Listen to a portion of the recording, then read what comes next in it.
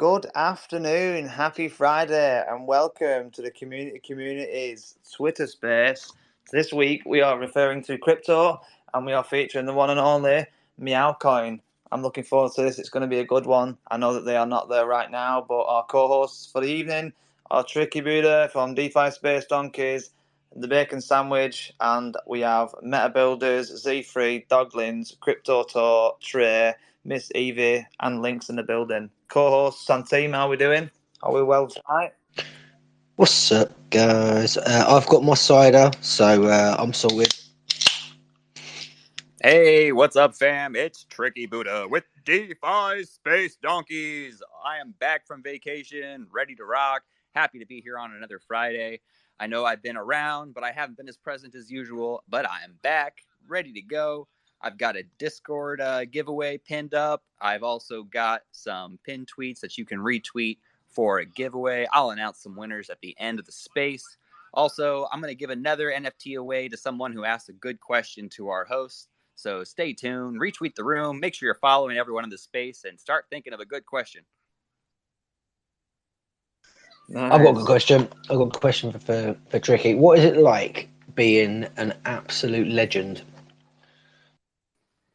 It's hard. It's hard. I don't want to disappoint anyone. That's too kind. High expectations. Too kind, man. I know. I'm just happy to be here. You know, this is my therapy. I definitely love being on Web3, being on Twitter, and just having good conversation with people about technology. That's my thing. So yeah, happy to be here. You know, welcome everybody to the space. I'm sorry I've been gone for 9 days, but hopefully you didn't miss me too much. Hey, well, I'm glad you're back now, Tricky. I'm glad you're sounding well. I'm glad everyone is here. We are, I think, currently waiting for Meowcoin to join, but in the meantime, we can, get some people up on stage, get the team up if they can. I know some have issues getting on the stage due to technical difficulties. But Mike, are you with us at the minute? Are you multitasking? Are you able to say hello? Oh, I'm here. I'm multitasking as usual, yes. Yeah, always multitasking, mate. I don't know how you do it. Fair play to you. Can we get Z3 on the stage? Only one way to find out. But yeah, no, super excited for tonight's space. I have been long awaiting to speak with Meowcoin. It's been a great project from the off, and I'm looking forward to speaking to the founder about it. As far as I'm aware, there's two founders, and these guys origin from Australia, if I remember rightly. And yeah, I'm looking forward to speaking to them about it. So hopefully they join us shortly. But in the meantime, what do we know about crypto, Bacon? Is there anything in the news that's caught people's attention that is worth talking about? Not necessarily. I mean, one thing I would say is we've kind of seen the rise of these Bitcoin ordinals, these Bitcoin inscriptions, and people are creating NFTs and putting music on the blockchain and all this sort of stuff. But I kind of feel like that's not Bitcoin's purpose. Bitcoin's purpose is to be the kind of the gold, the money almost of cryptocurrency. It doesn't need all of these ordinals and pictures and all this other code stuff, because I kind of feel like it not only detracts away from what Bitcoin's purpose is, but it also, especially in the future, could clog up the network and turn it into something that's like Ethereum, where it's at the top of a bull run, where it's so expensive to use, and that will, people may not be willing to put their economic energy into that, which kind of sucks. So yeah, what do you think, Tricky? Yeah, I agree. I think that, I mean, it's a new facet of the technology, so I'm interested in it immediately. But when I think of Bitcoin as a store of value, and the bigger some of these chains get, like Bitcoin, the moving smaller amounts becomes inefficient. So if you have basically an NFT on the Bitcoin blockchain, and the fees are just going to go astronomical in the future, we're going to need a layer 2 solution eventually. You know what I mean? For these ordinals, I feel like it's inevitable. Yeah, I agree. I think that there does need to be a second layer for Bitcoin, and I just don't think there is that yet. I mean, you've got Lightning, but no one uses it. It's fairly centralized. and no one's kind of solved that Bitcoin layer 2 solution yet. Yeah, I definitely agree with that. There's just the transaction fees are not being considered when people are doing business on the blockchain far too often. Yeah, and if we want Bitcoin to be adopted, and crypto to be adopted, then it needs to not have that bogging down the network and filling up block space, in my opinion. But like you say, it's a new thing to play with, and and people can do all this cool stuff. But Bitcoin is very limited as to what it can really do, in comparison to things like Ethereum.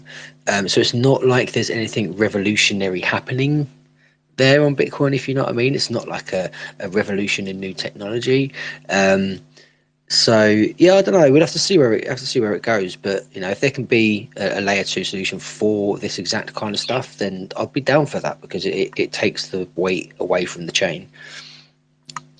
Yeah, that would be huge. That'd be the difference between it being really successful. I feel like it's not going to be cost effective in the future, but yeah, it just opens up another possibility for a layer 2 solution, right? I feel like they're just trying to kind of jump onto the bandwagon of NFTs. They're like, too often we think about what we can do and whether or not we should, right? Yeah. But I suppose what Bacon was saying before about it, it should be able to perform better. I agree, but I suppose there's a lot of other blockchains for that. I think Bitcoin being as slow as it is doesn't really matter too much in the grand scheme of things, just because that's not really what its purpose is for, I suppose. I also just wanted to do a quick shout out to Binks as well, who's joined us just now from Third Planet Studios. Yeah, massive shout out to Binks.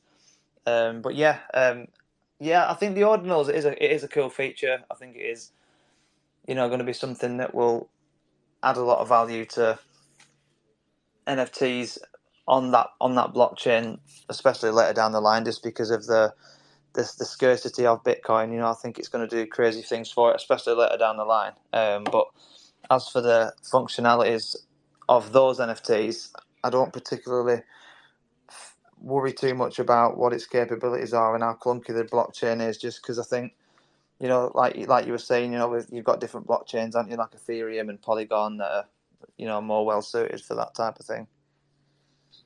Yeah, I think as well, on that layer 2 thing, is sometimes there has to be a problem before you find a solution. So like, let's say 80 years ago, 50 years ago, no one was thinking about how can we take CO2 out of the air. But now that's a question. Do you know what I mean? So if that had been a question in the 40s and the 50s, then you'd have quite a suitable answer for that now.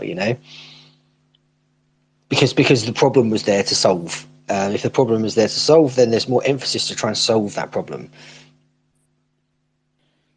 Yeah, no, you're absolutely right. To be fair, it's like I guess if people didn't break the rules, no one wouldn't know what they were, would they? Sort of a situation. So I guess you're all right. Z, you've got your hand up, my friend. Welcome to the stage. How you doing, buddy? Hiya, guys. I was just gonna say, Kataro have some ordinal coming, and I'm pretty excited about that. Yeah, I think a lot when it comes down to it, when you have the first of any new technology, there's going to be that collector's item value, right? Which is going to go forward. I'm worried about the transaction costs and stuff, but the early ordinals will definitely have some collector's value going forward. So yeah, Absolutely, if you have a good collection, if you have a good collection and you can get in on an ordinal, that might not be a bad idea. I'm just not going to purposely use any blockchain that's got heavy transaction fees. I'm always going to look for like the lowest transaction fees. I know there's going to be that collector's value, but I'm not going to gamble. I'm not going to gamble people's money on that. You know what I mean? If that makes any sense. Yeah, I mean, there wouldn't be so many layer 2s for Ethereum if Ethereum was, cheaper and faster and more secure than it is now. If that makes sense. So yeah, it's a case of finding a solution to the problem of Bitcoin ordinals, because I do see it as a bit of a problem.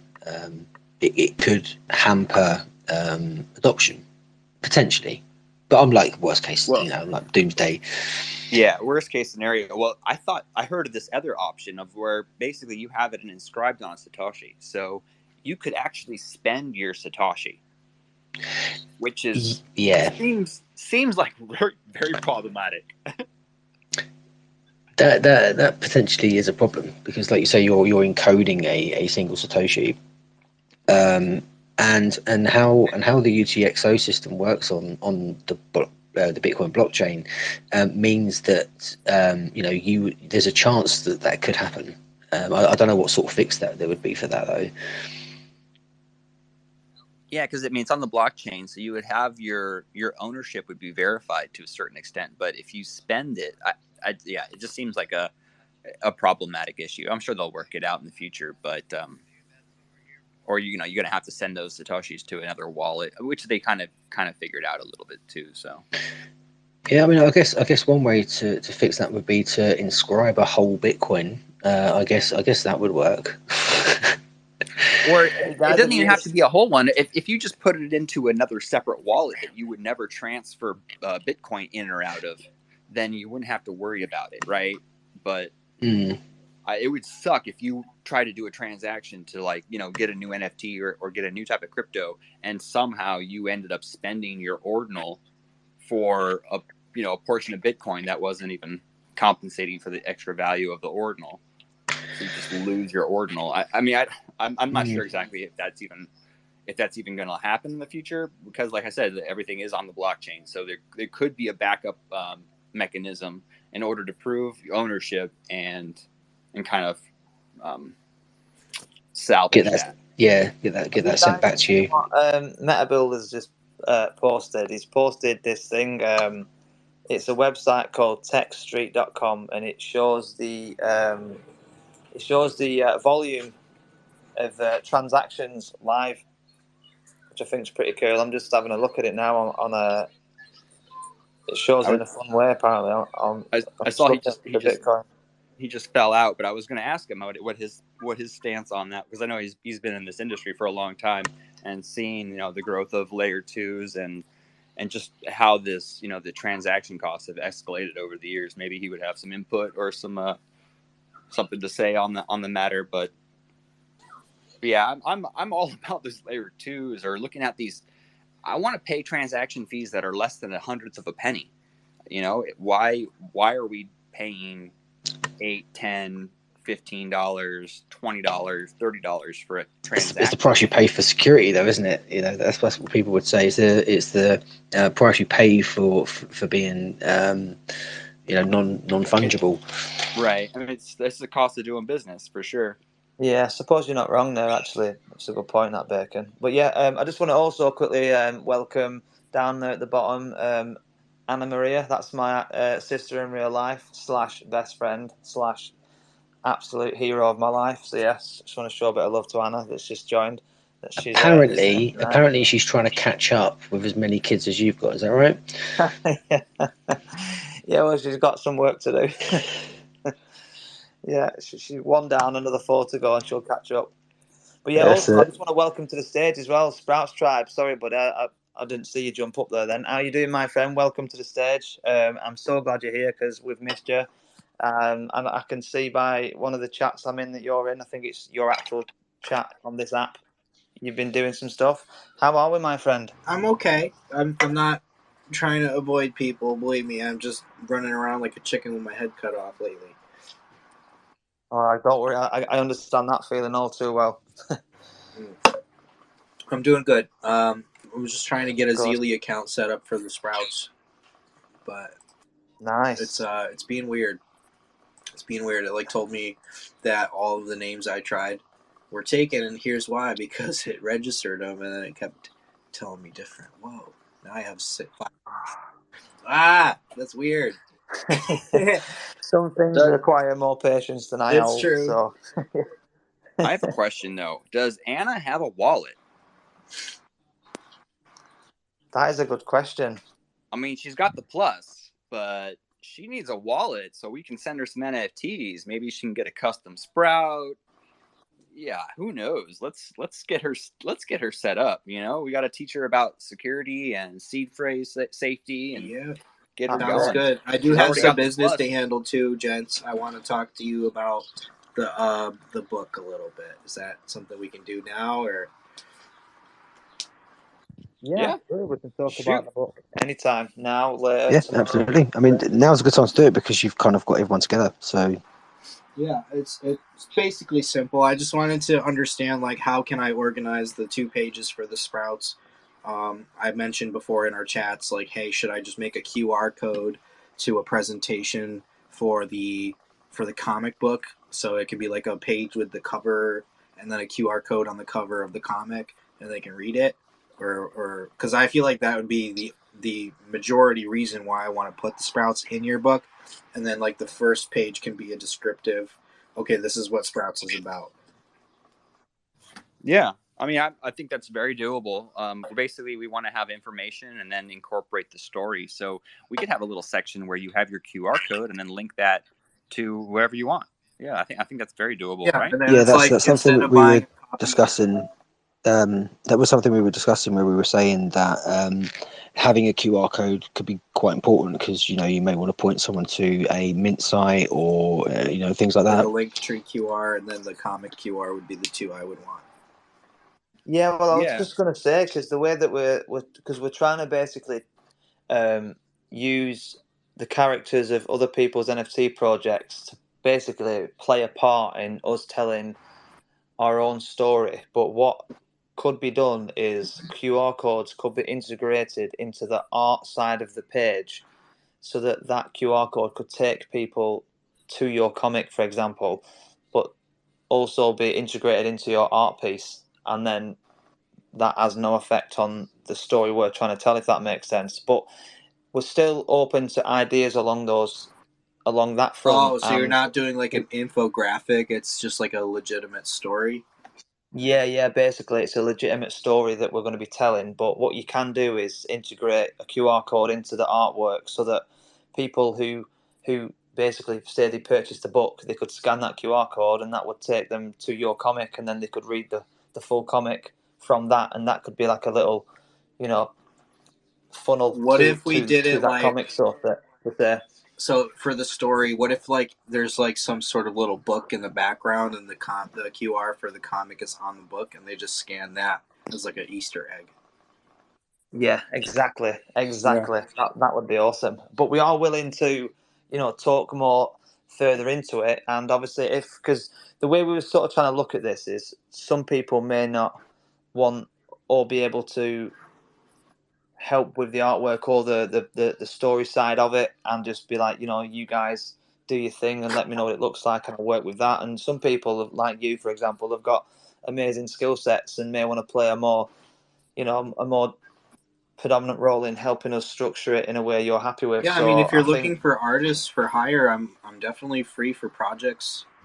You know, it's up to you. yeah, because obviously we want it to be as collaborative as possible. I mean, obviously we are telling our own story, so that side of it we've got covered, if you will. But what we still want to do is work with the people getting involved in the book to sort of highlight sort of like in what manner that section of the story is to be told. Because I'll speak to you about how we're structuring the story in a one-on-one, just because it's easier. But there's a way we're structuring the story, but there's a way that you can sort of get involved in how we talk about that section of the story, if that makes sense, which we can talk about in greater detail, definitely. But if you want to work with us on trying to structure that, that would be awesome, because, the more people that get involved, the better on that side of it, because that's the whole point of the collaboration. So that'd be awesome. I'm very excited, man. Thank you. Yeah, no problem. But yeah, there's definitely a way we can, utilize the QR code, because that also adds more utility to the project as well, doesn't it? Because then people that, want to get involved or want to purchase the NFT or the book version, they've got a little extra there that they can get sent over to, something that you've created outside of that book, which I just think is really cool. Yeah, I was thinking it'd be really good to have a link tree or a slink or your website, QR code in your page. But I also want to do even, I'm thinking it might be good for all of us to do a QR code that links to a giveaway or, a Discord giveaway or something like that, right? So it kind of be like a call to action, but also something free. If they have proof of purchasing the book, they can also get Like that claim a NFT. Sprout custom session, like Exactly. 30-minute Kind of get Zoom people in your call. community. Yeah. I don't know.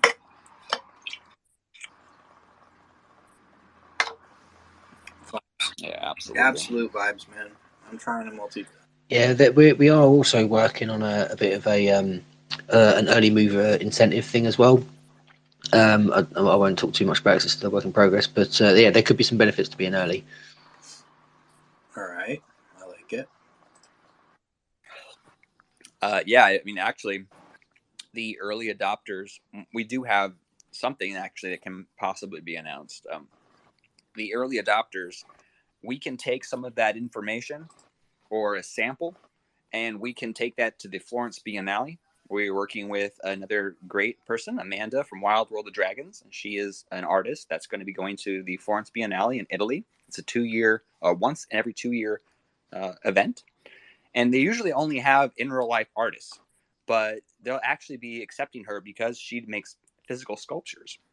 So she'll be talking about her physical sculptures and showing off her Web3 aspects. And then we want to throw in some more information about, the book, the community of communities, and we're going to have that in her spot. So she'll be able to kind of talk about Web3 and the community of communities with the And book. her brand as well, don't forget, because she's got some other bits going on too, right?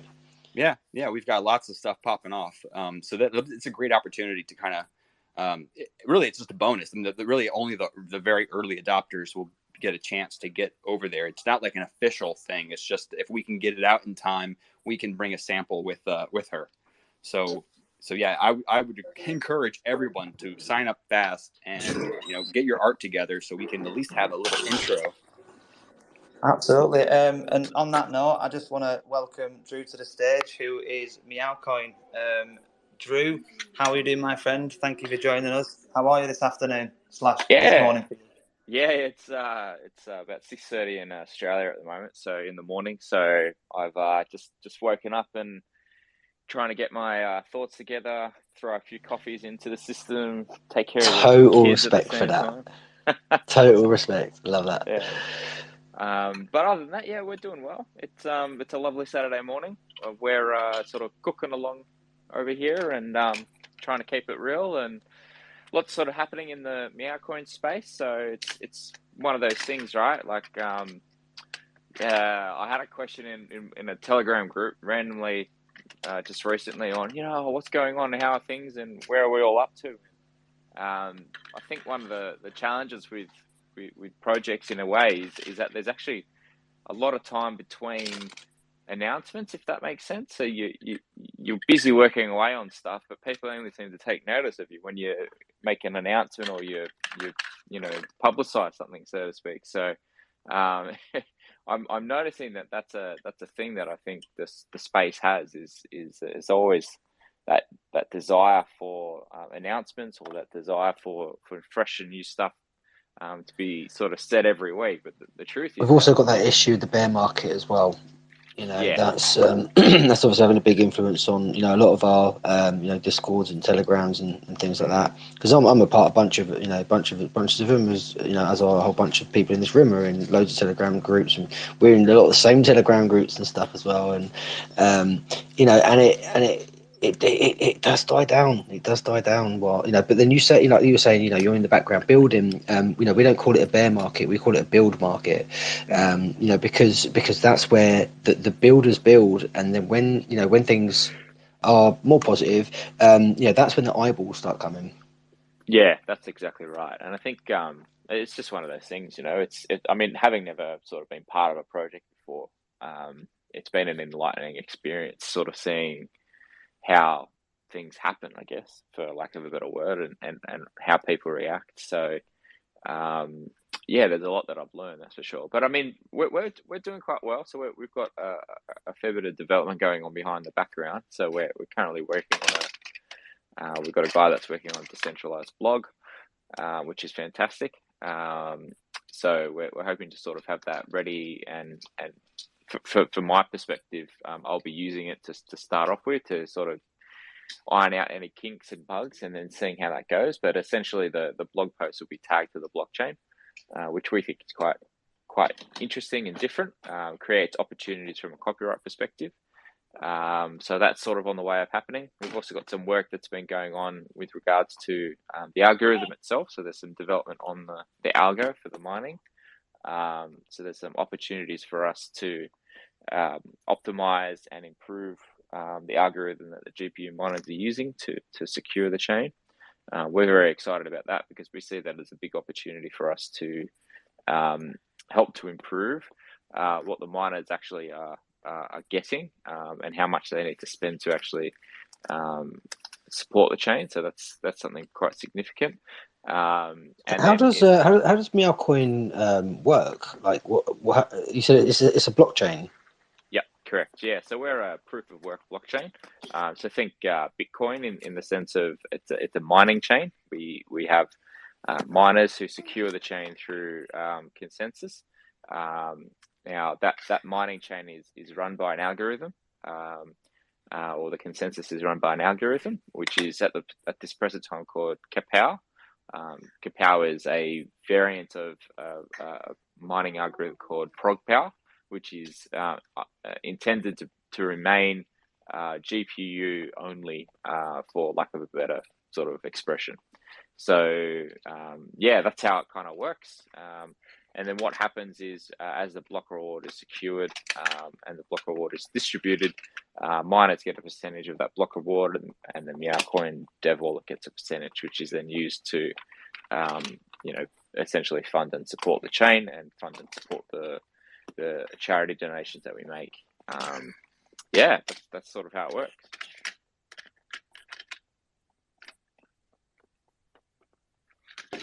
So it's so it's kind of just a fork of Bitcoin in a way. Yeah. I mean, we forked a little bit. So Bitcoin had a blockchain called Ravencoin fork off it. Ravencoin has an asset layer and things like that. We forked off Ravencoin, to be precise, because we wanted the asset layer built in. But we're obviously intending to, differentiate ourselves a little bit more from Ravencoin by doing certain things with regards to the algorithm itself. But wasn't Ravencoin a coin that had previously been victim of a 51% attack? Yeah, so that had happened a long time ago, I believe. I'm not entirely sure of the timeline for Ravencoin, but I have been told that has occurred. It was quite some time ago, to be fair. Yeah, it was X16R, the algorithm that they used before they used Kapow, and I believe what happened is there was some ASICs that had happened to crack the algorithm and then jump on the chain, and that was the reason why it all happened. So again, I wasn't around at that time when it happened, so my history is a bit sketchy, but I believe that was the situation. So there wouldn't be a chance that something like that could happen with yours, because it was more a fork of an updated version. Well, 51% attacks are really around who has the most hash on the network, right? So even Bitcoin today could be 51% attacked. It's all around who has control of the hash rate itself, and who. Surely Bitcoin's far too decentralized for that. Surely. Well, I mean that opens up all sorts of questions. ASICs decentralized, et cetera, et cetera. In theory, yes. Bitcoin is so decentralized as to be effectively 51% attack proof. But something like, let's just say Ethereum, for instance, a little bit of a different story. That's a far more centralized chain based off where the validators are located. The system that the validators use. But yeah, we're at this present time, we're fine. We look at our hash rate quite persistently to make sure that we're doing it right. And if it's looking like it's getting close, we let the miners know, and they sort of shift stuff around and do what they do. And that's great. We appreciate their contribution in that sense. So you've got this blockchain. What do you want to do with it? Like, what's the goal? Well, that's a really good question, actually. So my partner, Meow Manta, and I, we both sort of started this at the end of the Ethereum sort of merge when it was moving to proof of stake. We could see that there was an opportunity for miners who wanted to continue to mine to allow them the opportunity to do that. So that was first and foremost, is we wanted to provide miners with an ecosystem to mine that was profitable and would serve them. And the second piece is we really just liked animals. We saw that there was an opportunity to put a philanthropic sort of idea behind a blockchain. And part of that philanthropic idea is that we donate weekly to animal shelters to show our support of the work that they're doing to help them. And sort of presently, we've got a couple of partners that we work with. One of them is Edinburgh Dog and Cat Home, which we really love them. They're great. And they've gone so far as to actually name a part of their shelter after us, or a little element of it. So we have some Meowcoin branding over there. Yeah, so that's really, really cool. And I suppose from a development point of view, our aim is to build the ecosystem, to build something that miners can use, to build something that miners want and can engage with and support by, engaging with it, I suppose. So that's sort of the key goal. We've got some development roadmap goals in terms of we want to tokenize animal adoption on the blockchain, and we want to tokenize animal pedigree papers, and that's something that we believe we're moving closer towards. And the reason why we want to do that is there's some, I suppose, limitations in the infrastructure of how that's done today. So animal shelters use independent software that is often incongruent with talking to each other. So if you're transferring from one shelter to another, an animal, that doesn't really happen easily. Pedigree papers as well. There's no real universal ledger of that. So we'd love to be the ledger that people utilize for that. We feel that there's a big benefit to breeders having access to that information in a public blockchain. So yeah, that's sort of our aims and our goals. And we sort of want to build bits and pieces to go with that on the side, I suppose. Just, other pieces of technology we think will work well. Yeah, because you guys done an incredible job. I mean, it almost felt like right from the off, you guys were, generating enough funds to start, giving to charities almost straight away, which I think's amazing. I mean, have you guys got a figure on how much is donated to charity so far? Yeah, it's over 25,000 US since we started, which is we're really proud of. We think that that's something that people, look at and go, hey, they're doing something. And at the end of the day, that $25,000 has been provided. It doesn't matter what happens from now.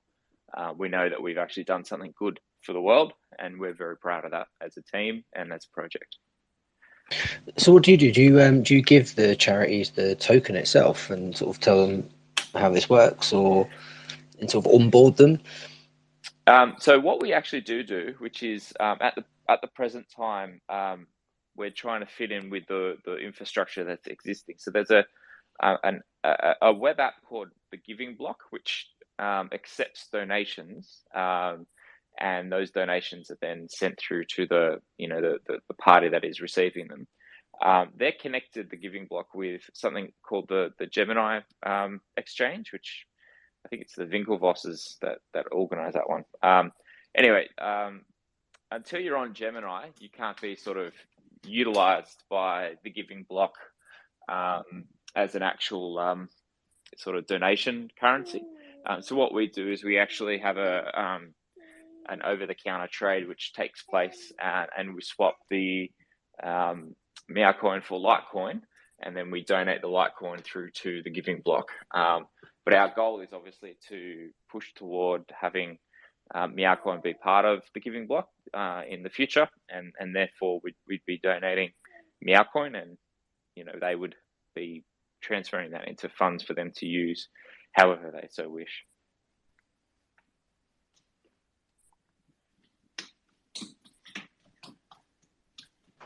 So I don't want to take over the space. I feel like I've asked you loads of questions.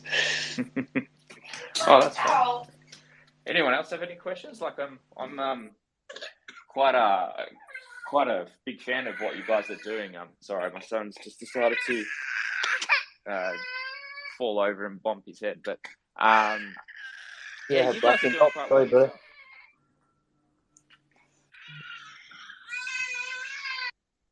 Yeah, no, don't be sorry at all. Family first, always. I've got 5 myself, so I know how it is. And yeah, kids bumping the head, that seems to be part and parcel of the training of why we shouldn't bang our heads. Bless him. But yeah, no, yeah, just while you're dealing with your little one, I'm guessing that was what he was going to go do. I just thought I'd step in and enable you the time to do that. But no, yeah, I just wanted to say, like, thank you for joining us at 6:30 in the morning. That is really amazing. Yeah, max respect for that. Yeah, I can't function whatsoever at 6:30 in the morning, not without at least 3 or 4 coffees, that's for sure. But yeah, it's an amazing project, and to say that he's already donated $25,000. That's a lot of people's yearly salary. So to come into the industry, with a passion for crypto and cats and animals, and to have that as your starting point is to have achieved such a high figure. I just think it's kind of insanely incredible. So yeah, massive respect for that. Yeah, thanks for that. Yeah, we really appreciate that. And as you sort of say, it's about, I think, building positivity in the space. Crypto often gets a bit of a bad rap, but we're really keen to be a positive influence as much as we can and show that actually crypto is a tool that can do enormous amounts of good for the world. It's funny you say that, actually. You mentioned about the positive thing. That we've all got the plus in our name. You see that there's a whole bunch of us of the plus in our name. That's exactly what it represents. It's about positivity and sharing that positivity. Being a positive addition. To Web3. That's kind of what it stands for. If you want to add the plus, go ahead. But that's kind of like our thing. Because we see the value in that. It's kind of the antithesis of Web3 and collaboration and working together, which is kind of where the book's coming from. Yeah, that makes sense. Yeah, and I suppose one of the questions I had is how are you finding people sort of responding to a lot of the work that you guys do? Because obviously you're doing you're doing your own version in a way of Meowcoin by engaging people and getting people to sort of see the positive stuff. And have you sort of been getting a little bit more traction with that in terms of more general awareness of your activities and things? Yeah, that's a great question, and I'm glad you've come with some questions yourself. But I think it's been a really enjoyable experience because there's so many people in the industry that are at such different levels. Some have just heard about it, some are building in the industry, some are passionate, some people just want to look for investments, and some people just enjoy the community side of things, because what we've sort of found with Web3 is that the biggest value is the community side of things, which is the side that we sort of came together from. So we've done really well on the bringing people together aspect, and we feel we've achieved some really incredible things. And we've had the privilege of meeting people right across the industry, from people that the first time we spoke was their first day in Web3, all the way to connecting with people that are in the top of their industry and have come over to Web3 to sort of branch out further. Like, for example, we have a guy in the community called Ben Earl, who is a Marvel writer. He writes comics for Marvel, and he started his own NFT project. And we've had the privilege to speak to him about his career and him coming over to Web3, and we've connected with the Crypto magazine, which is the largest crypto publication in the world, and we get to speak and connect with them, and through them we've met projects like Polygon Punks, who are one of the original Punks NFT projects over on Polygon. So we've been fortunate to get to connect with these big influential people and ecosystems, and also the connecting people part is our favourite part, because that's the most enjoyable aspect of it for us, because that's the thing that that brought us all together, and the importance of Web3 is collaboration. So what I love about what we're doing here as well, like you touched on it there, is the connections that we're making between other people. Just two people that had no idea of each other's existence, or they did but had never really crossed paths, and and they've gone off and they've had their own conversations separately, as a result of putting this platform together for people to come speak and to connect. It's crazy. Like, some of the connections some of our friends have made is mad. yeah, definitely. And it's sort of it comes back to what you were saying before about the plus as well, is that it's sort of our way of sort of showcasing Web3 without having to sacrifice your own identity. So we wanted a way to sort of let people know we were here, connecting people and trying to bring value, and that we believe that everybody is an addition to the industry, regardless of the skill set. Whether they're here just to purchase things or to build, that we all add some form of value. So us adding a plus to our name was a way of showcasing that that is what we believe in a way that people didn't have to sacrifice any of their own identity. So that's why the plus meant a lot to us. And Ben Earl added the plus, the magazine added the plus, and everyone you can see in here who added the plus. And Tommy D, Sarah Main, to name a few legends.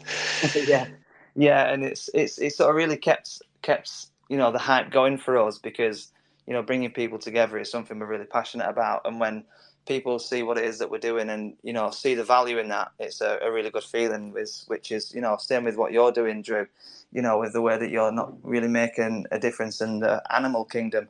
And when you meet people from all over the world and people want to collaborate with you on that to achieve the goals that I've seen you guys achieving, it's just a feeling you can't pay for that.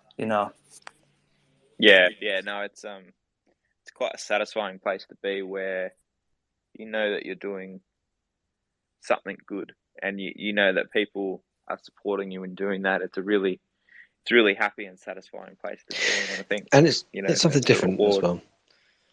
Yeah, that's exactly Because right. there's many of these chill spaces where you can go in for 5 minutes or whatever, and you can talk about your project, but it's not enough. It's just not enough time to understand the project, the people behind the project, and what makes them tick.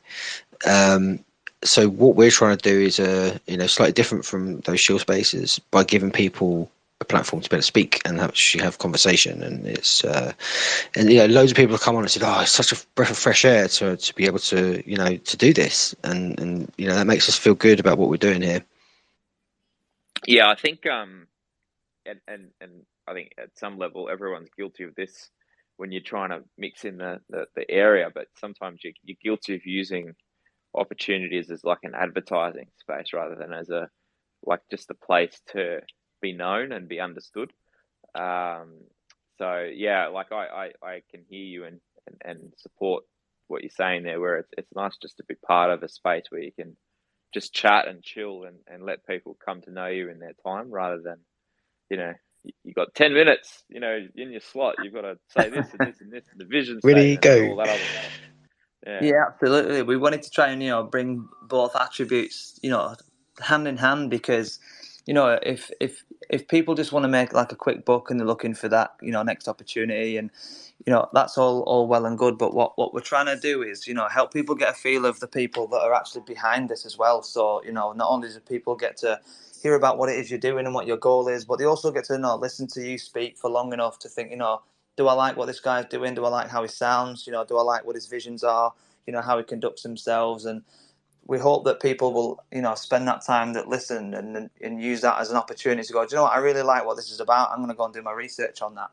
Because the way we see it is, if, your project was in a mix of 15 other projects, for those people to be able to hear all 15, remember all 15, pick out the 3 or 4 they want to go and do research on, and it also, if you got 15 NFT projects, quite a few of them might sound the same, and you may not hear the person speak long enough to, sort of gauge whether there's truth in the voice, or whether they sound genuine, or whether they're passionate about what it is that they're talking about. And it also adds that pressure to try and get your spiel out in a short period of time. So we just wanted people to come, feel relaxed, get to know us a bit, we get to know you, and we can not only break down your project, but also maybe get a bit of a perspective of how you feel about the industry, and what a bit more about your backstory, what brought you into the industry, and that type of thing. So we just wanted to make it a more broader experience for everybody involved, really.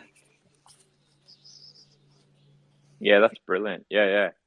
Oh, look, it's an amazing space, that's for sure. I think Web3 is one of those things. It's the easiest thing to become a part of, in a way. Like it's actually a lot easier than people think. Yeah. And in fact, just sort of joining from an observer's perspective, even sort of puts you in the space, that grants you the opportunity to see what's going on and be part of a community, rather than necessarily have to do anything more complicated than that. So it is quite refreshing to sort of think of it that way. Yeah, no, I completely agree with that. And yeah, it is a lot easier than what people think. And what I love about Web3 personally as well is, with it being such a collaborative space right now, my perspective of it as I was, learning about it and getting involved with it was, talking about, Web3 on Web2 platforms may not go down too well. And I thought, it may not get, the support of the algorithms, but the way that people have come together on these platforms to really, utilize it to sort of build on has made it almost impossible for that to even be the case, because so many people have been so supportive of it that, it's sort of had to have been accommodated. And I think that's the power, power to the people sort of thing, because the way we see it, it's a movement for the people, by the people. And it's an opportunity for people to live their passion, and it's a space that you can not only build in and enjoy being a part of, but you can also monetize it in a way that's not deceiving anybody. You're just doing what you're passionate about, and people that enjoy what you do may want to invest into that, and you can incorporate, especially like, for example, what you're doing. You've incorporated the generosity towards animals into the crypto industry, so that people can enjoy the crypto space, but also know that by doing that in your ecosystem, that animals are being taken care of as a result of that, which is just the most beautiful thing to me. I think it's kind of remarkable that things can be combined in that fashion.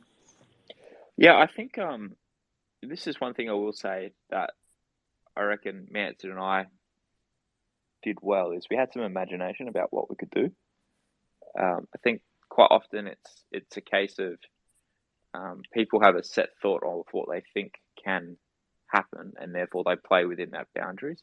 And I suppose if there was anything enduring that I ever wanted to say, it's that people can actually people can contribute and do more than what they realize with projects. And I think having that imagination and that desire to try and do something a little bit different is something that we should really support and really foster as a community, because you have no idea how clever people are when they get the chance to show it. And all sorts of funny ideas will come out of this. So I think that's the one thing I would say. Yeah. Yeah, no, you're absolutely right. In every from every angle of that as well, because and that's what sort of comes back to sort of like, how it all started for us. We were just a group of people that all shared the same passion for the same industry, but we all had different skill sets, and sort of chose to use those different skill sets to sort of help each other build the things we were trying to build. And that sort of created a bond between us all in a way where we were all able to slowly start edging forward and developing further into this industry, because we was, instead of competing against each other and having having divides between communities, it was the absolute opposite.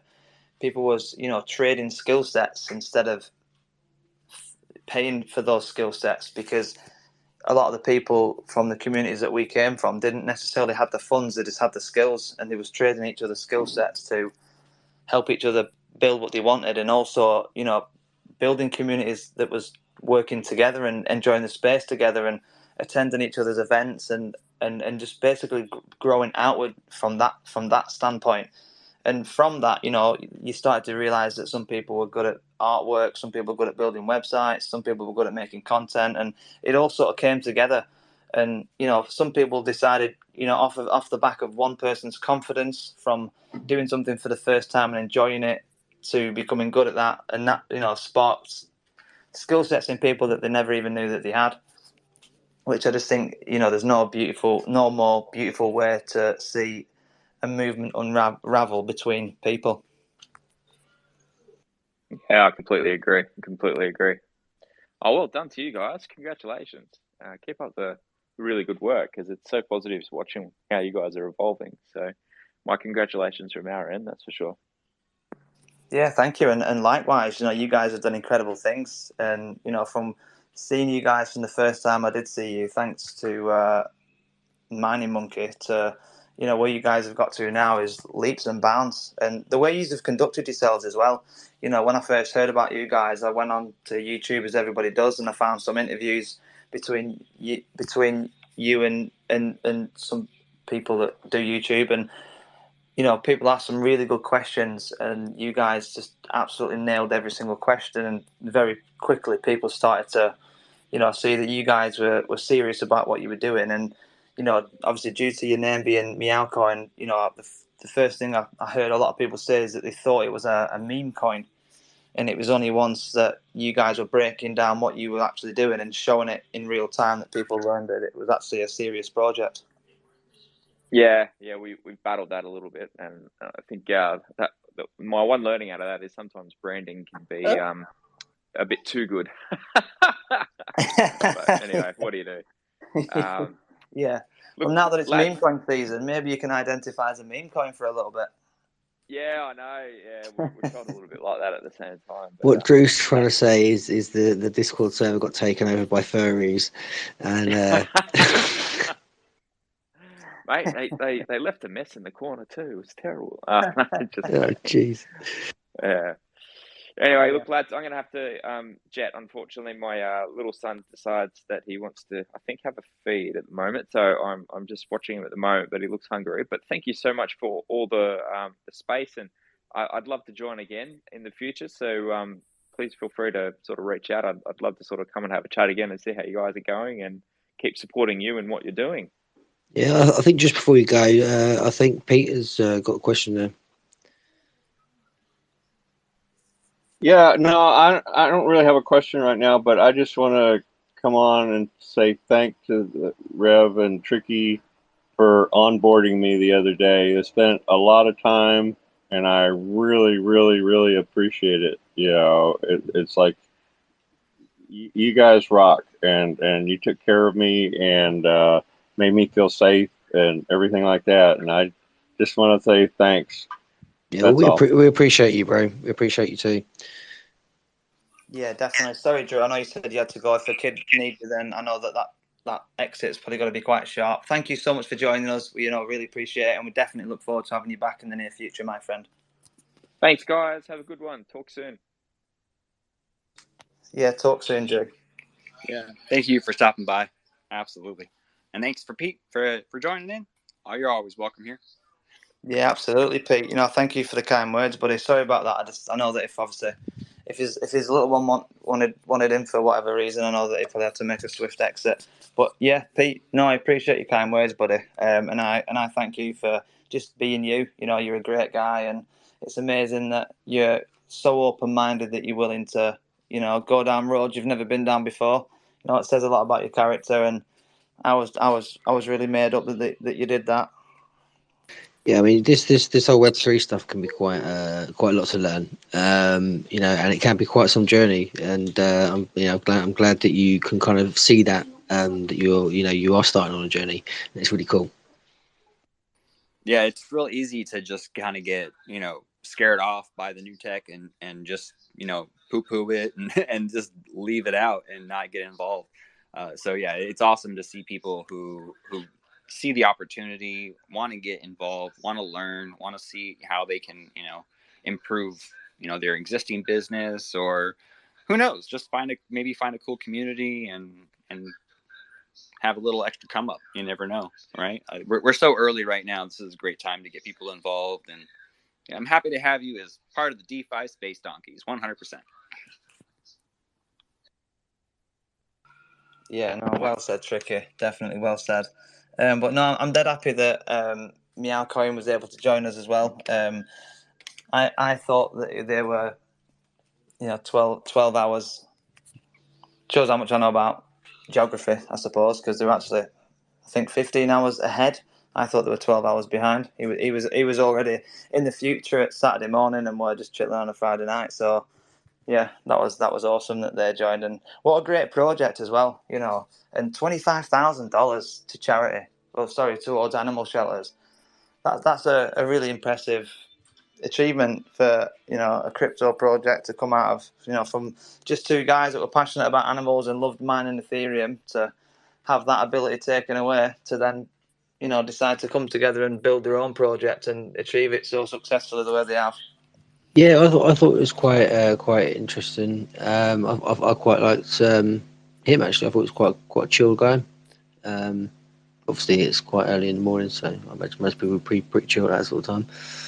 Yeah, no, definitely. But yeah, no, yeah. I mean, I got the luxury of seeing people, breaking down projects really early on. There was people that was looking into it from a miner's perspective, because there's a few platforms where you can find certain cryptocurrencies as soon as they become mineable, and there was a few like really big channels that do that, and they looked into the project and did the due diligence on it, and said everything about this project looks legit, and then I found some interviews of these guys, and I saw the way that they were conducting themselves, and yeah, quickly learned that they were willing to dox themselves, break down the project in real time, and they were trying to do something good in the world, and it sounds like that they've come leaps and bounds from then, and they're smashing it. Yeah, I like the timing. He was like, it came about because of the ETH 2.0 upgrade. With people now having all of this processing power and not being able to put it to work anymore. So, obviously there was a lot of movement. A lot of that economic energy went elsewhere. Yeah, and I think that obviously that's a project that can benefit from that.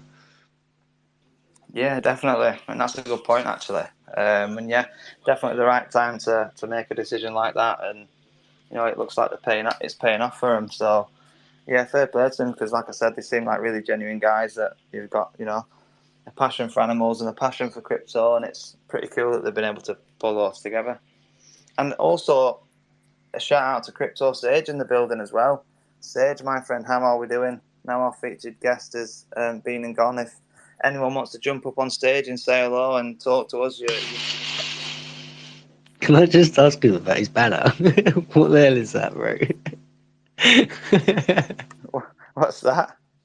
Click on his face.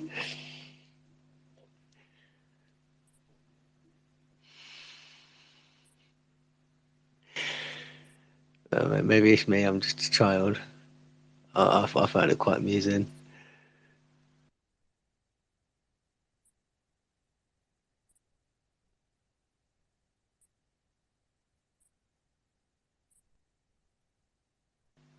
We lost Mickey. I think we've lost him. No. Oh, I'm here. I'm still here. All right. Okay. And we're connecting. Welcome, NFTZ. How's it going? Good. How are you doing? How's it going? Doing good. Awesome. I jumped a little late today, so I was able to hear the entire project. But I guess my question was like, what are you guys project about? What are you guys up to? What are you guys building and stuff? You talking about Meow Coin, or are you more specifically about the community of communities? Both, yeah. Specifically? Both community of communities and Meow Coin. Well, yeah. So, Meow Coin just stepped out, so you might have to talk to them about more specific things. But the community communities is just a group of founders and collectors that have all come together from started at TikTok. We've been here about 2 years, just grinding and building each other up, helping share each other's content, supporting good people, good artists. A lot of the small guys in the space, we don't want to get drowned out by the big money that comes in. Amazon's about to pop in here, and we know that if we all kind of band together, we can support each other and make a splash, not just be lost in the nonsense, right? I agree 100%. So that's basically that's basically what the community of communities is all about. That Revolution might want to say a little bit more. He's one of the founders. I'm just kind of a late joiner, but I guess I've been here for a while. Yeah, he's putting that down. He's been here from the beginning. But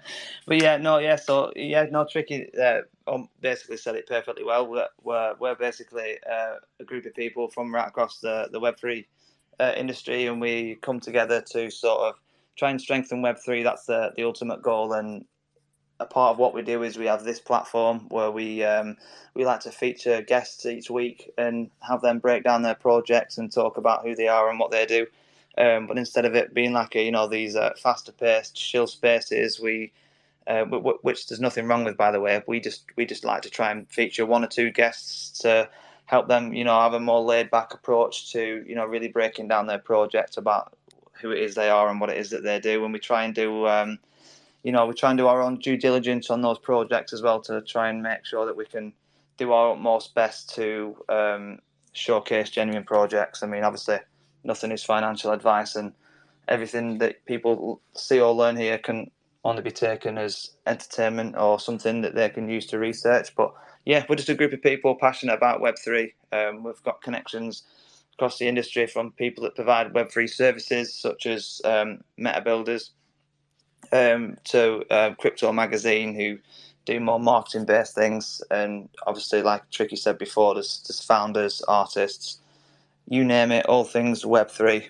That's basically who we are. I hope that answers your question. Yeah, absolutely, 100%. Yeah, go for it. Yeah, you need a dev or an artist, man. This is the place to hang out. I love that. I love it so much. I love the fact of Space Donkeys. You mentioned Amazon. We definitely need to band together against Amazon, especially when the game. Right. Yeah. Yeah. I mean, honestly, when Amazon drops, I've already got a couple different Amazon accounts. I'm gonna break into Amazon and be like, join the community of communities. Get the fuck off this platform. Yeah. Hey, I'll join you. I'll probably get kicked real fast, but I'll just make another account. It'll be all right. We're used to this. I love that. I'll join you. I'll join you. I'll be on there. Yeah. Let's go. Yeah. So. No, I'm glad that you vibe with what it is that we're doing, because, loads of people are passionate about Web3, and we're just trying to bring those people together. And, instead of people having to, battle each other or have any rivalries, we're all about connection and collaboration, and everyone having the opportunity to, do what it is that they do, whatever that is in the industry, because, no one just buys one NFT and that's it. People buy many NFTs, so it's good that we can all come together and enjoy building in the industry. And people will vibe with whatever they vibe with. There may be people that love giraffes but hate donkeys, or vice versa, and you can have a friendly banter between the two.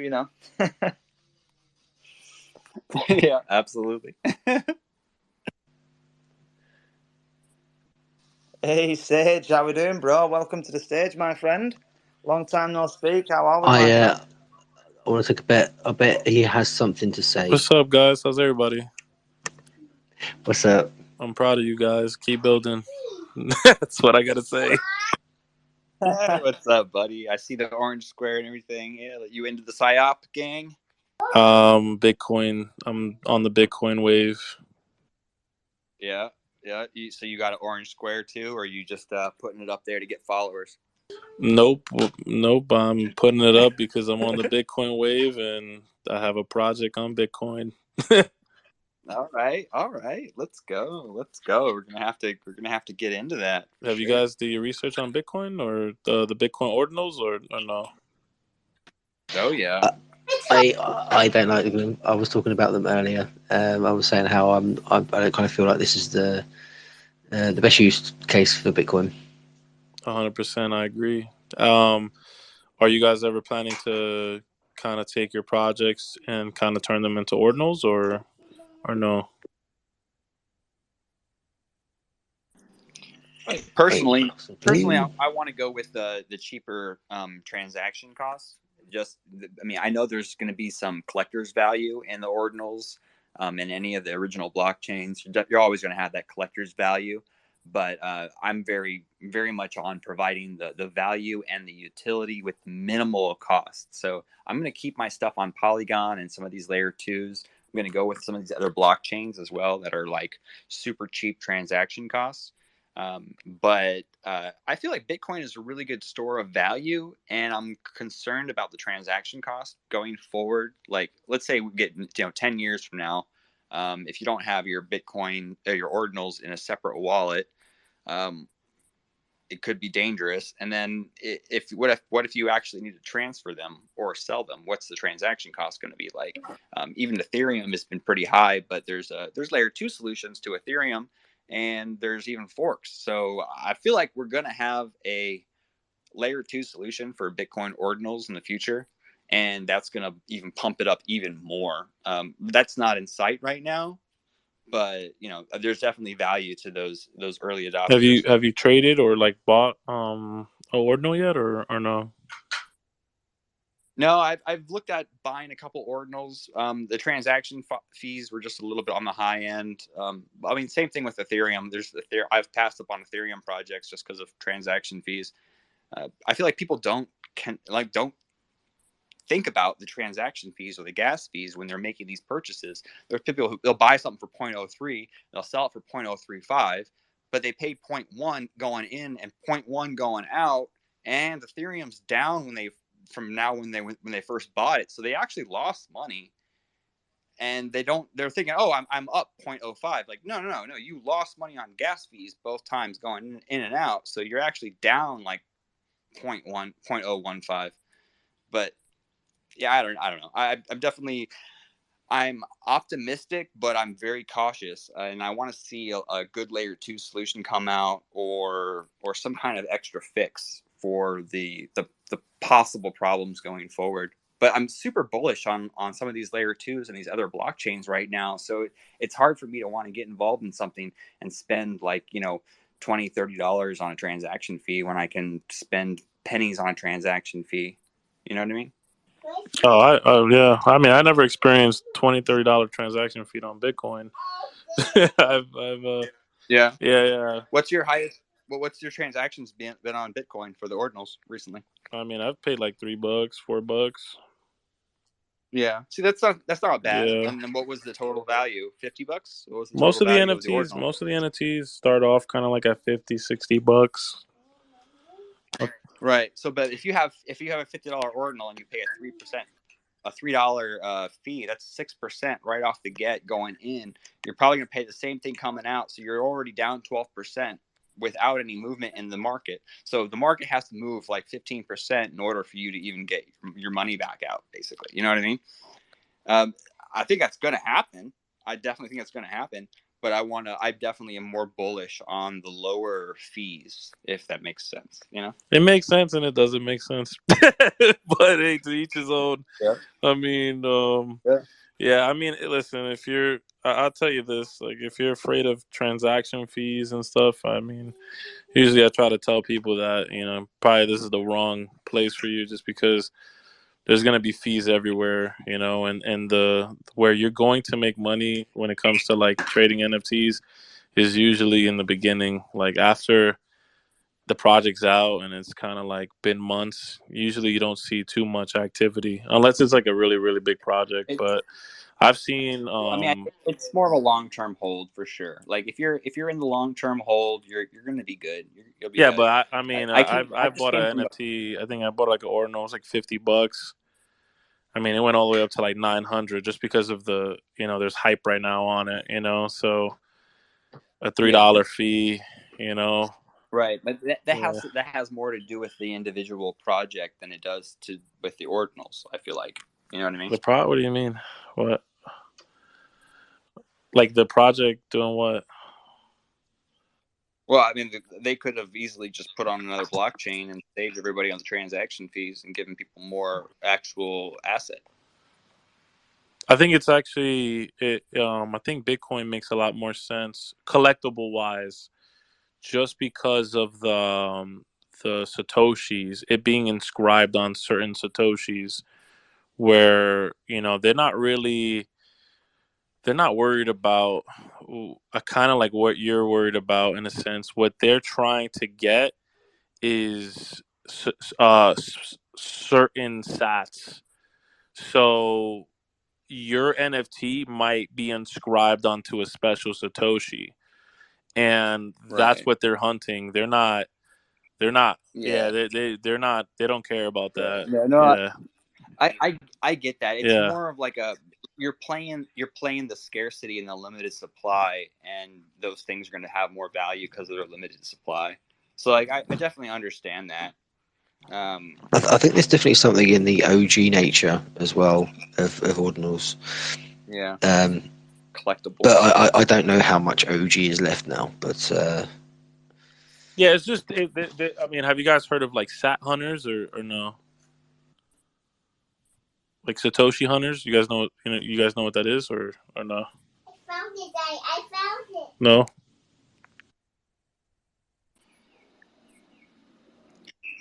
Not specifically sure. The only thing I've heard about is the people worrying about the possibility of spending your ordinal on a Satoshi. But as long as you hold that in a separate wallet, it shouldn't be an issue.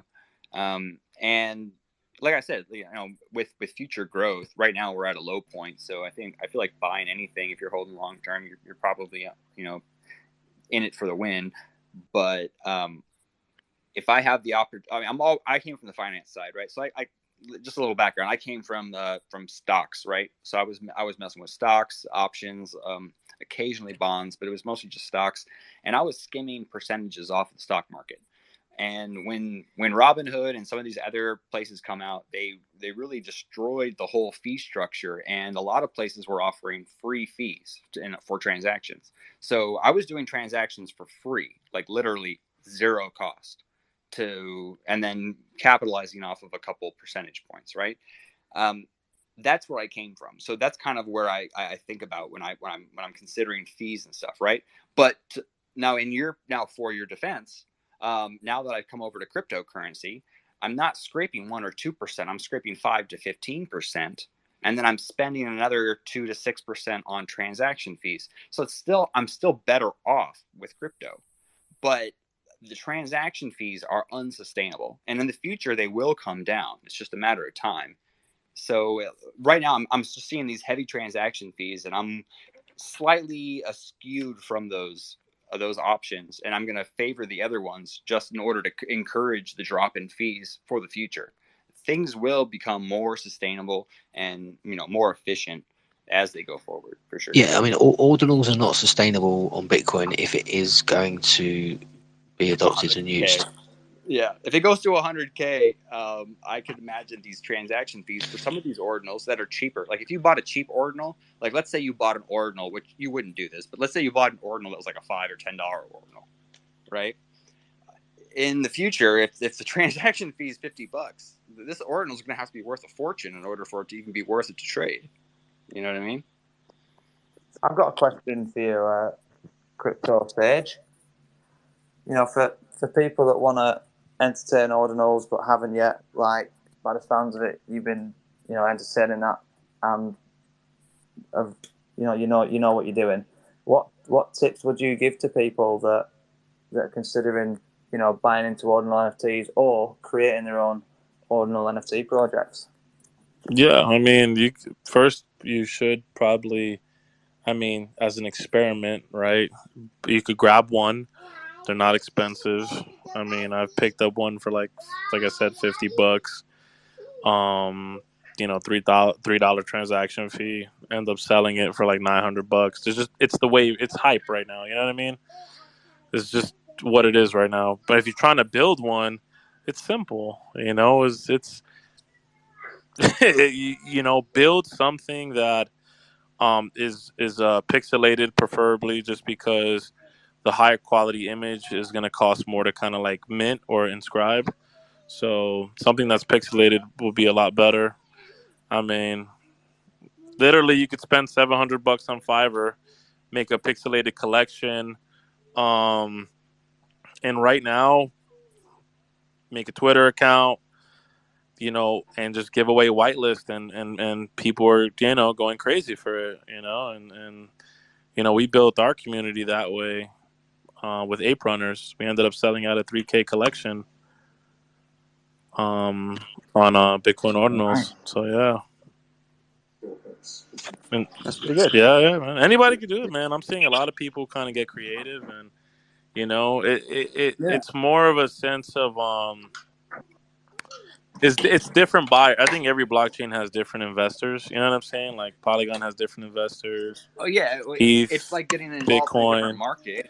Yeah, well, the Right. It's Bitcoin like investors ain't really that's like like your where business. they're more, like I said, like there are people who are Satoshi hunting. You know what I mean? So let's say, you know, that image is inscribed into a certain sat. I mean, people are going crazy for that. Like, you know, they're checking these things and they're buying them for those reasons. You know, like people just care about Satoshis right now. It's just a big thing. You know, they're like, and it's a good way to build a community and kind of feed them other things as well. That, you know, other projects, and you know, they're not. I don't know how to explain it. It's just really hype right now. It's a nice little wave. It kind of feels like, you know, the same thing where you know, when we was in the bull market and everyone got onto NFTs and stuff like that. It's the same reason why all of us got into the NFT space, you know, in the first place. You know what I'm saying? It was just hype, you know, and it's kind of like back there with Bitcoin, and you know, people are making a lot of good money on it. You know what I mean? So it's a good source of income right now, definitely, and it's, you know, you get to build a nice big community that's not looking for crazy utility. You know, they're just looking to be a part of something. That's it. They want to be OG, because Yeah. this thing isn't going to stop. It's going to be here forever, and that sort of stuff. It's OG, bro. Yeah, I mean, it definitely is, bro. It's just a ton of Bitcoin whales, and they love your project, and it's like, think about it like this. It's like, I've heard this story one time that, like, I think a certain NFT is actually inscribed onto a certain Satoshi that was used for the pizza thing. You know what I mean? Like, when, remember that guy who spent a bunch of fucking Bitcoins on a fucking pizza? Like, there was a Satoshi that played a part in that transaction that's actually inscribed onto a certain NFT. And that's like really rare. You know, that boosted the rarity of that NFT and the worth of it. That's really So cool. that's what they're looking after. They don't care about, like, you know. Yeah, and if that NFT isn't a Teenage Mutant Ninja Turtle, I'll be very disappointed. I mean, hey man, it's some pixel project or something like that, but that's kind of like what they're looking for, you know, these Satoshi hunters, and it's cool. It is cool. It adds a different level of like a rarity and collectible, you know, and it kind of makes sense because when Bitcoin does go up in price, right, and it gets so unaffordable for normal people, you know, what are people going to be left with? You know, the fractional fractional Bitcoin, which is Satoshis, you know. So that's, people are just getting their, you know, yeah, a lot of the big thing in the space was, you know, for a lot of new people, they always think, oh man, I can't get a Bitcoin because, you know, I got damn, one Bitcoin's like $25,000. This is crazy, right? But no, you could buy fractional Bitcoins. You could put $100 into Bitcoin. You know what I'm saying? Which, if you fractionalize, it's Satoshis. So yeah, just throwing that out there, guys. Yeah, no, you answered those questions beautifully, I must say, and it makes sense. But yeah, no, and you're definitely right though. The hype is definitely there, and I think it's epic, regardless of the fees. Just for the, you know, just for more reasons to enjoy the space, and you know, because that's what we want. You know, we want the space to be enjoyed on every level, and you know, obviously there's a lot of opportunity there for people to build and get involved with projects on the hope that, you know, big things will happen with it. I also noticed as well, NFZ Inc. I noticed you unmuted your mic a couple of times. Did you want to jump in and say something there, buddy? Yeah, I had a question. I had two questions. I think Crypto Sage, since you're involved with Bitcoin NFTs, So when you inscribe a Bitcoin itself, is that a separate fee you pay that's totally different from the network fee, or is that part of the network fee? I think it's part. I think it's part. No, because I think it's separate. It might be separate, but I mean, sometimes the project inscribes inscribes it for you, or they have you inscribe it. You know what I mean? It could be either way. Gotcha. And then, yeah. I mean, What we did it's just was we kind either of way you had look at people it, it's just inscribe a it transaction for fee. themselves. Like just so we don't have to come out of pocket. To inscribe it for them. You could do it both ways. Like if you have a big business that has a ton of capital, which a lot of us in the NFT space don't. You could come out of pocket and pay that. You pay for their inscription fees. You know what I mean? And that inscription fee, I think, depends on the quality or the size of the image, if I'm not mistaken. Um, but yeah, a Yeah, lot of us, 100. I mean, a lot of us just have the buyer pay for the inscription fee, and then it's inscribed, and then that's it. Hopefully that answered the question. Yeah, 100%. Yeah, it's almost like a lazy mint kind of, right? Like you buy the NFT, they inscribe it for you and send it back, and that's like seems like the most common way, which 100%. is it's not that's not bad. Either way, it's all the same thing. It's just transaction costs. So you either got to calculate it into your transaction cost and your sale price, or you let them do it yourself. But I've looked at a couple different ordinals, and I've been wanting to buy one, but it's like there's a lot of pixel art, which I'm not a fan Yeah. of, and then there's like the more graphic art is super expensive to like, and to make. So yeah, I've never purchased one, just because over the last couple of weeks I've been looking at them. I'm just like, well, I'm just not a fan of pixel art. Like I don't know. No, I hear you, man. Yeah, they do it more for the Yeah, that's cost. There's just for it to be cost effective. We did not pixel art in the beginning, and the inscription fees were through the roof. We had to use WebP images to kind of lower the quality. But yeah, I mean, it could get crazy, man. But I mean, I don't mind the pixel art stuff, but I mean, right now people are paying and probably investing into like $700 of pixel art on Fiverr. You know what I mean? And just going on there and just throwing, giving out whitelist, and people are going for it. And they're making money, man. It's beautiful, because the thing is, if you oh think yeah. about it too, you know, let's say you do sell out, you go do that and you go sell out a collection, 2,000-3,000, whatever, right? And now you have this community, and if your goal is cheaper transaction fees or anything like that, you could always kind of like move a percentage of those people over to Polygon, and say, hey, look, there's this too, and you have a community now to do that, or a bigger community to do that. And a lot of those people will be like, cool, yeah, why not? We've done some of that. We were messing around with XRP, and we went to Bitcoin, and then those Bitcoin people were interested in the stuff we were doing in XRP. So you're building, the main thing is you're building a community that's excited right now about, the NFT space, and you kind of bring them where you want them to go. And that's it. Yeah, absolutely. I mean, we're a lot of us in here. We're when it comes down to it, we're collectors, right? A lot of us are like hobbyist collectors. We might call ourselves investors, but we're really just like hobbyist collectors. A lot of people don't put too much research into things. They just kind of look at what they like and gravitate towards the people they like. So yeah, I mean, there's a lot of potential in this future. I'm totally bullish on all the different types of tech and stuff like that involved with blockchain technology. So I'm gonna probably end up picking up some ordinals, or maybe even making some ordinals at one point in time. But I'm always considering, besides just collectability, what's the best way I can provide value, right?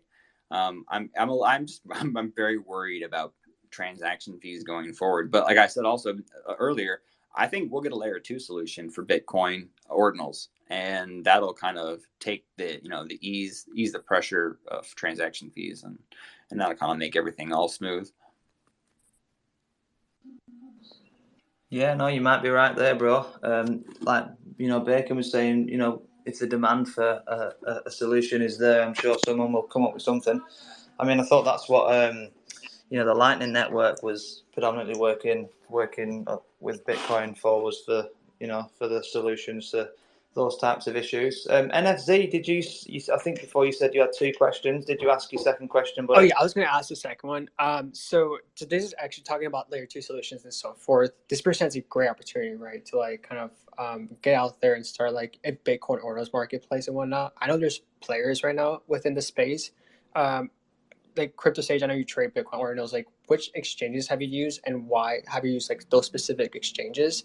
My understanding is there's a couple players within the Bitcoin ordinal space, Magic Eden, Gamma. I'm not sure if OpenSea is thinking about it, but like from your experience, which ones have been the best ones you've used and why? I could be completely honest with you. In our experience, with our experience, we used, and what we did was we used OrdKit. So we used OrdKit to kind of launch Ape Runners, and it was kind of not the best experience. I'm gonna be, because it's not, this is new. There's not that many places to go launch. But it wasn't the best experience, and the reason why it wasn't like a good experience, it was just because when it came down to like the money, like when so usually, we sell NFTs and we create the wallet, and we see the money come directly into the wallet, boom, and then that's it, right? With this is they get the money first, and then they deduct, all the fees and everything, then they send you the money.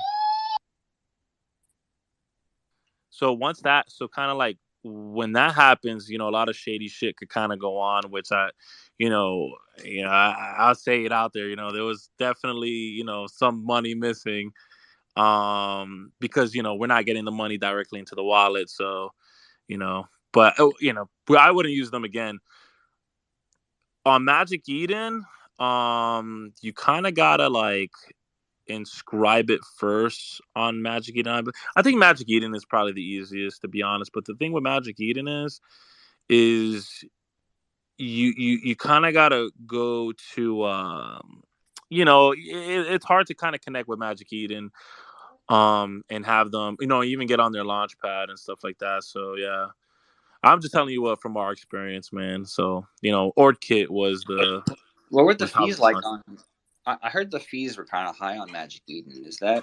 What are they Yeah, like? yeah, we paid on just to be on Magic Eden about $14,000.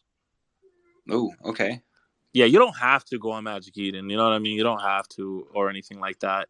It's a bigger market, right? You don't have to do Yeah, it. yeah. Well, yeah, no, Um, but it's all about market. I mean, that's why people go on Ethereum or Bitcoin. Even though they're higher transaction fees, you're yeah. dealing with Another another a thing is too, larger you don't get market. royalties. You don't get royalties. You don't get royalties on when it comes to Bitcoin. So what you would have to do is, and this is why, like, I think on like an Ethereum or other blockchains, it's kind of hard to like resell NFTs sometimes if it doesn't have like that hype. But since everything's super hype right now on Bitcoin, like what we did was we left about like 300 NFTs for ourselves, right, and resold it on the market to kind of get money back, in a sense of it not having royalties. And a lot of ordinal projects are doing that. So let's say you come out with a project, you leave some NFTs on the side for you to sell on the market, right? With everybody else, and you kind of like, make you would make your royalties there in a sense. You know what I'm saying? But yeah, that's kind of really it. It's still new. It's still new. It's very hype, but it's still new. You know what I mean? A lot of shady shit, could happen still. It's the oldest, but also the newest. It's right now. It's kind of funny. Exactly. There you go. Yeah, yeah. So you definitely got that nostalgia factor in there, 100%. Also, sorry for my PFP, guys. My bad. No, I thought that was What funny what though. I thought your what is PFP is going funny. on with that? Come on, man. We're all guys here. Hey, Everybody what? try to suck Hey, themselves off one time. No, I'm kidding. Yeah. We're not all guys here, by the way, but yeah. Anyway, Shout out to the women that are here. Yeah, I feel sorry for you, but also at the same time, I appreciate your patience with us. I love everyone who's here. That's just great. I love that we could be serious, semi-serious, and also kind of just crack some jokes. That's good. Well, I have a little thing I posted down in the comments. It's a post for Ascensions. Give them a follow, tag a friend, drop your address, and I'm going to put you on whitelist. So whitelist will be for the 26th of this month. It's the V2s. They look awesome. And yeah, go ahead. I love Ascensions, by the way. Yeah, they're pretty cool. I love the people involved. I really wanted to get involved and kind of help them any way I could. So I did, and I'm here. Let's go. Yeah, we definitely love Ascensions. The man's a legend. And yeah, no, mate, get that pinned up at the top if you want, buddy. More than welcome to pin that at the top if you want people to get interact with that, definitely. All right, cool. There it is, up at the top. Tag some friends, drop your wallet. Let's get you whitelisted. I'll whitelist everyone here. That's awesome. Let's go. Yeah, NFZ. So have you got your own project then, my friend? Yeah. So I work. I'm part of the marketing team at NFZ, and basically we are on a mission to raise over $500 million for wildlife. So we're a huge animal project, and we want to save wildlife. So we're launching our NFT soon. Our launch is July 7th. So it's coming really, really fast. And then right now we're just working on stuff behind the scenes and just trying to get everything going, the marketing out there and stuff like that. But essentially, with our Park Paw Access Pass, you can use it to buy zoo tickets. You can use it for zoo discount tickets. And then you'll be able to interact with our ecosystem, being able to interact with our future gaming suite, in addition to like the different access that you'll get with like content, animal videos, and so forth. In addition, you'll be able to also donate to zoos using like our future airdrop token, so you can do that. And then the cool thing, what I love about this project too, is the fact that it's only $20 per NFT, but $8 of the $20 will go fund that specific animal you buy. So if you decide to buy like a lion NFT per se, then you could then $8 of the $20 you buy to purchase the NFT will go directly to save that lion. So that's kind of like who we are, and what we do. But yeah, if you guys have any questions around that, I'd be more than happy to communicate with you guys. We do have our space every Friday too. If you guys are more than welcome to come show up. We had our space today. I know Donkey was supposed to be there, but we'll definitely have you next time.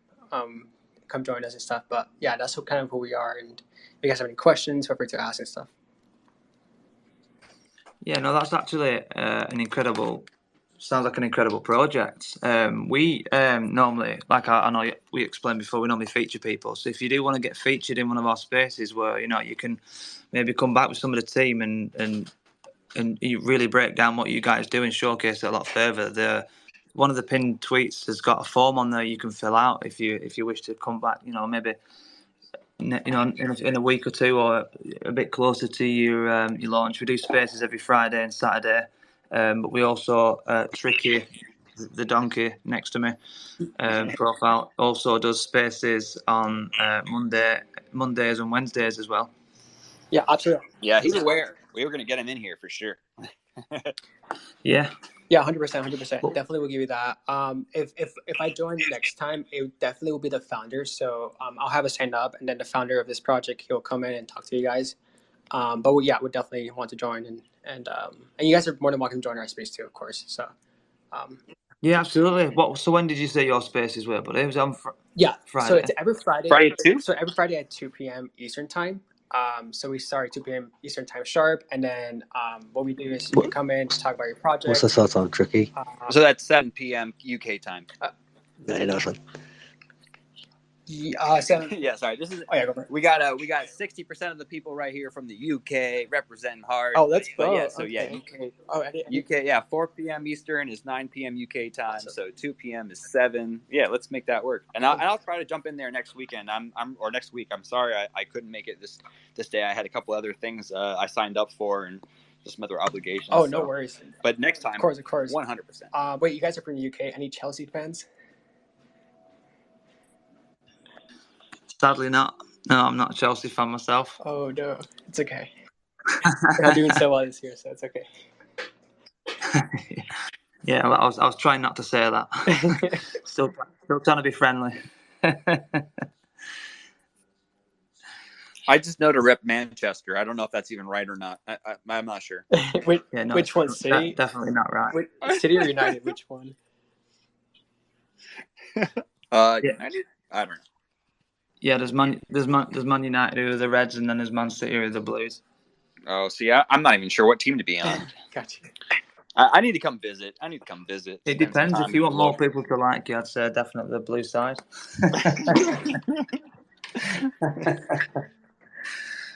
Let's go. Well, yeah, but no, going back to your project or the project you're involved with, NFZ. Sorry, I don't know your name, but do forgive me. Oh, Alfonso. Yeah. Oh, what a cool name that is as Thank well. you. Fair play. Yeah. So, is there anywhere people can go to have a look at, like what the funds are achieving, or is it like a team of zoologists, or people that are really behind the project? Is it still really, really early days? Like, how are people putting the funds to good use, if you will? Yeah, 100%. So the funds themselves, so you'll be able to kind of track where the funds are going to. So like if you buy one park pass, for instance, you'll be able to track like where those $8 are going to. Our entire team is doxed, so everyone is like well known out there. Everyone has their names and everything, so you can interact with them too. They're very much welcoming. Like they want people to like interact with them, and they want the community to come out and speak. So that's kind of what we do. If you want to find more info, you can definitely just check the profile itself, and then kind of check our Discord. Our Discord is popping. We kind of have different stuff there on a weekly basis, like games and whatnot, and interact with them. But yeah, you can definitely check that out. And then as for zoo donations and whatnot, like everything is going to be like up there. We're like believe in transparency. That's the number one thing we want to do. At the same time, we also want to protect wildlife and like help the animals, right? I'm a huge animal aficionado, so like I love animals, and I think there's a reason why I jump on this project because I believe truly in the mission, and that's like what gave me purpose to join. So, yeah, does that kind of answer the question? Perfect, yeah. And no, fair play to you, because again, that's what I love about this industry is when you can, bring passions together, and like you obviously have a passion for Web3 and NFTs, and you're able to integrate that for your love for animals, and that is what I love a lot about this industry is the good things that can be, put back into the world off the back of, what most of the world perceives to be just a silly JPEG craze, when what can actually come off of this and how it can be utilized is world changing, and yet the world is yet to know that. But no, that sounds amazing. So your NFTs, is it just an NFT based project, or is there like a game being built, or is there anything deeper than just the NFT artwork? Yeah, of course. So 100%. So we have the NFTs, and then there will be an app that's coming out with this. So you'll be able to access the app with the NFT itself, and then we're launching different stuff at different phases. So once the app comes out and rolls out, you'll be able to access. We'll have 2 zoo games available, and then you'll be able to purchase your zoo tickets through that as well. So you'll be able to purchase like your zoo tickets through the app itself, and then in addition, we do plan on like giving out tokens. So the first 10,000 that are sold, you'll receive 10,000 in zoo tokens, and those zoo tokens can be used to donate back to animals, to zoos, or to like buy tickets and whatnot. So yeah, we definitely have a gaming suite that comes with it and the company app. And anything that we launch, any future airdrops, any future things we have will be airdropped to zoo tokens, the holders. And we're also in discussions in creating a DAO, so you can participate in the voting and being able to manage kind of the funds of the DAO, and kind of any initiatives you want to take, you can vote on that. So definitely the whole 9 yards, and that's kind of what I love about this project is like we want the community to come in and like voice your opinions. We want the community to come in and say have a vote in terms of what the funds are being used for and for what purpose. Yeah, that's incredible. And is that zoos globally or is it regional? Yeah, good question. So we'll first start. Our first phase will start first with U.S. zoos, just in the U.S., and then slowly as we begin to expand, we'll start onboarding more zoos globally. But we'll first start with the USA zoos, and then from there we'll expand afterwards. Yeah.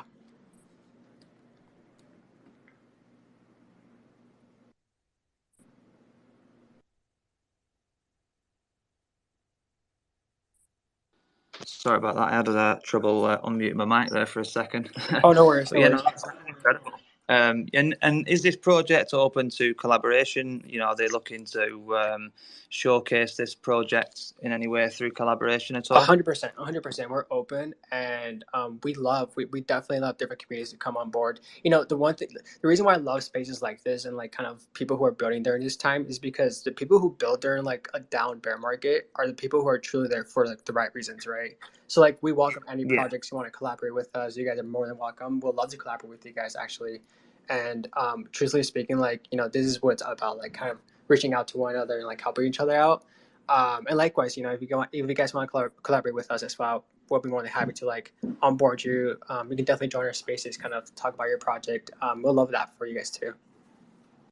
Yeah, no, that's awesome. Yeah, because that's exciting. Because there's a multitude of ways in which we can work on something in the future. Like for example, we're doing a community collaborative project at the moment where we're basically building an NFT book.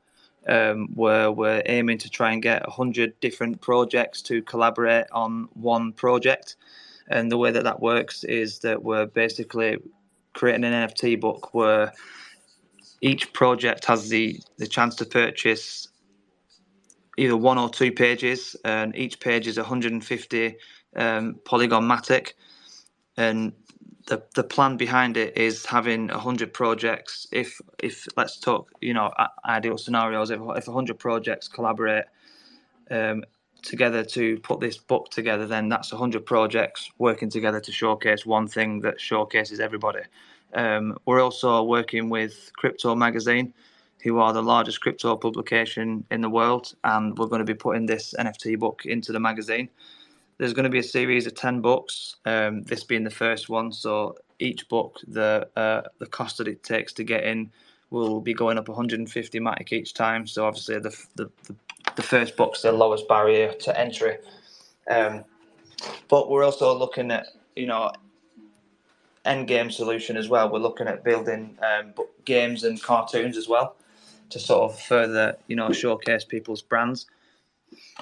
So that's one of the things that we're super excited about, and we're working on that at the moment to help showcase people's brands and really bring communities and projects together in as affordable fashion as possible. Another way in which we can collaborate is in regards of our spaces and the platforms that you guys host and that we host as well. And we also have some really incredible people within our ecosystem. For example, Mike Smart from who's the CEO of Meta Builders. He's actually on our team, and they have a full Web3 ecosystem, and they provide all Web3 services. So these guys build DAOs, they do smart contracts, they have artists. They are also an army of developers, and can basically anything that can be built in Web3, these guys do it. So there's collaborations on those fronts as well. So there's loads of ways in which we can sort of come together and join forces or utilize each other's services. So with you guys doing stuff for animals as well, I think that's amazing. And the fact that you guys are building some stuff as well, I think that's super cool. Absolutely, thank you for sharing that. Absolutely, I definitely would like to take that offer, and yeah, we can definitely collaborate our communities and stuff. And then I'll get you in touch with our founder as well, so you guys are on the same page and everything. And then yeah, we'll love to do something together. Definitely the Polygon project is something exciting. That's gonna be incredible work there. I think it's gonna be amazing. Yeah, thank you. Yeah, because I mean, I'm just looking at how much time I got left. But yeah, because we're basically putting a story together. So this book, it's not just going to be 100 pages of of different people's NFTs.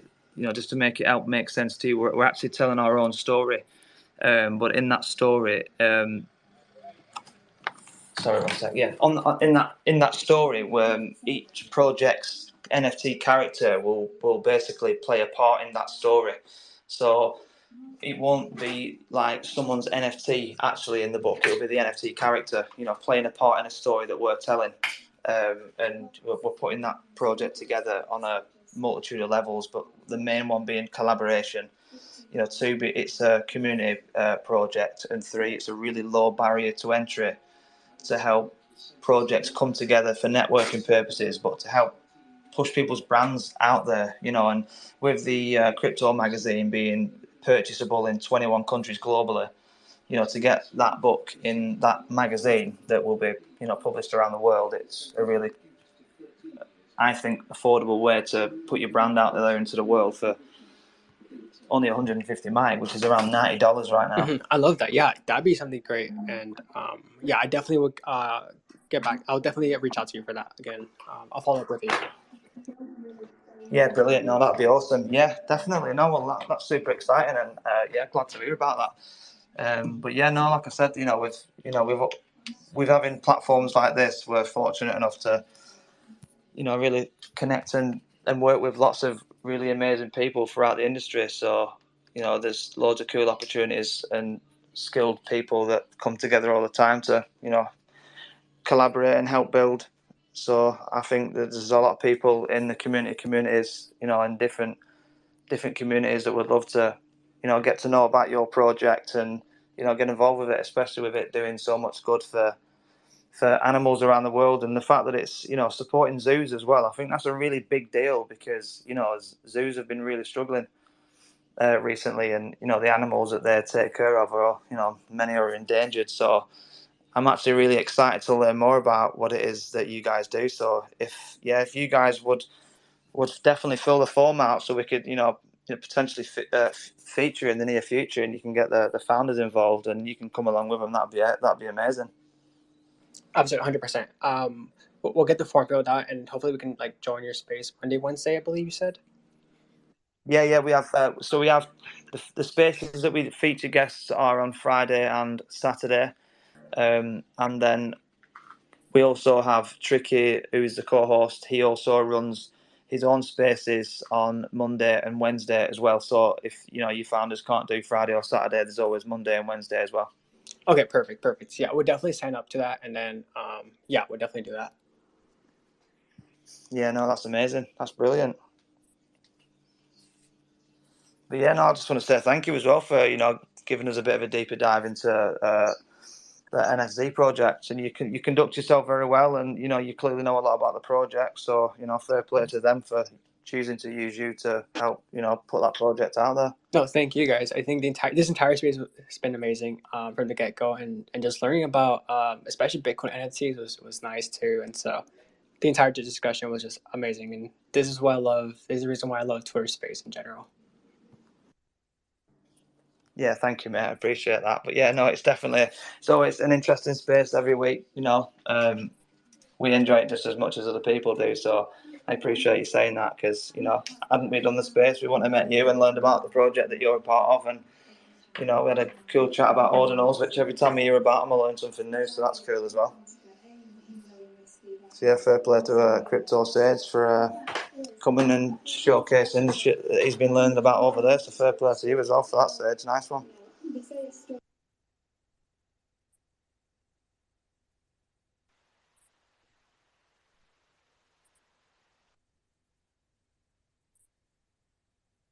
But yeah, normally our spaces normally run from 9 p.m. to 11 p.m. UK time. So we will be coming to a close very shortly. I don't know if anyone has anything else they'd like to add before we come to a close.